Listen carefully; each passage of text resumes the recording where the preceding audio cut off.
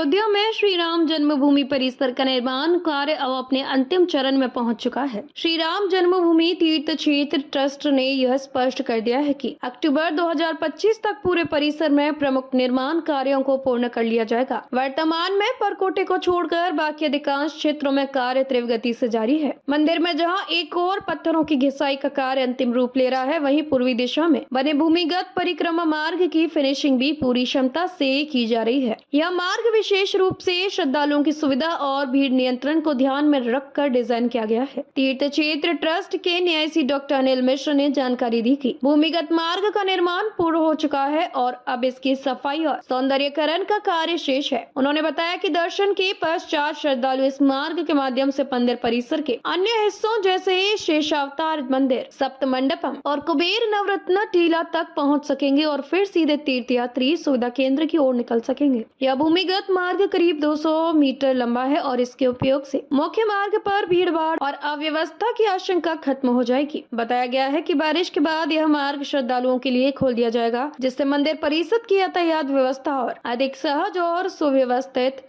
हो जाएगी। इस बीच शुक्रवार से भवन निर्माण समिति की 3 दिवसीय बैठक शुरू हो चुकी है। इस बैठक में निर्माण कार्यों की प्रगति की समीक्षा के साथ साथ नवंबर में प्रस्तावित भव्य उत्सव की तैयारियों पर भी गहन चर्चा हो रही है। इस समिति के अध्यक्ष नृपेंद्र मिश्र स्वयं इस बैठक में शामिल हैं, जिससे इसकी गंभीरता और महत्व का अंदाजा लगाया जा सकता है। गुरुवार को इससे पहले ट्रस्ट के महासचिव चंपत राय ने वेहिप के पदाधिकारियों और ट्रस्टियों के साथ कार्यशाला कार्यालय में एक बैठक आयोजित की। इस बैठक में आगामी उत्सव की रूपरेखा तैयार की गई। यद्यपि इस बैठक के बाद किसी पदाधिकारी ने मीडिया से कुछ भी सार्वजनिक रूप से नहीं कहा, लेकिन सूत्रों के अनुसार यह आयोजन 22 जनवरी 2024 को हुए प्राण प्रतिष्ठा महोत्सव की तर्ज पर ही अत्यंत भव्य और भावनात्मक होगा। ट्रस्ट विहिप और भवन निर्माण समिति तीनों समन्वय के साथ कार्य कर रहे हैं ताकि नवंबर में होने वाला उत्सव श्री राम भक्तों के लिए एक और ऐतिहासिक और अविस्मरणीय अनुभव बन सके। सभी तैयारियों को समयबद्ध तरीके से पूरा करने की योजना बनाई गई है और उसे